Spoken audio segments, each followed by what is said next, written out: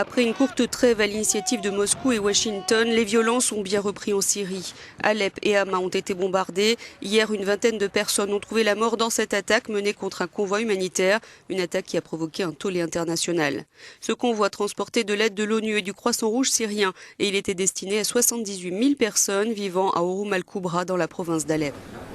En réaction, l'ONU a suspendu tous ses convois humanitaires en attendant une nouvelle évaluation de la situation sécuritaire en Syrie.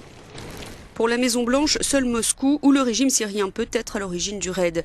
Les États-Unis et la Russie s'accusent mutuellement d'avoir fait voler en éclats la trêve. Samedi déjà, la coalition américaine avait aussi reconnu avoir bombardé par erreur l'armée syrienne. Nous devons continuer à déterminer si la cessation des hostilités peut se poursuivre. Il est préférable que ce soit possible parce que c'est la meilleure opportunité à ce jour pour pouvoir amorcer une baisse des violences et s'occuper des problèmes humanitaires, explique-t-on à la Maison-Blanche. Mais ceci ne veut pas dire que nous ne sommes pas préoccupés par l'absence totale de preuves de bonne foi de la partie russe.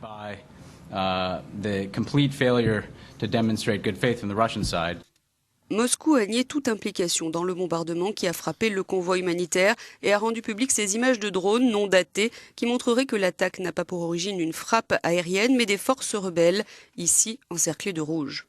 Alors qu'en est-il désormais de l'accord américano-russe conclu à Genève le 9 septembre dernier? Celui-ci prévoyait une cessation des hostilités pendant 7 jours à compter du 12 septembre, l'envoi d'aide humanitaire, ainsi qu'une collaboration militaire entre les deux pays contre les djihadistes de Daesh et d'Al-Nosra.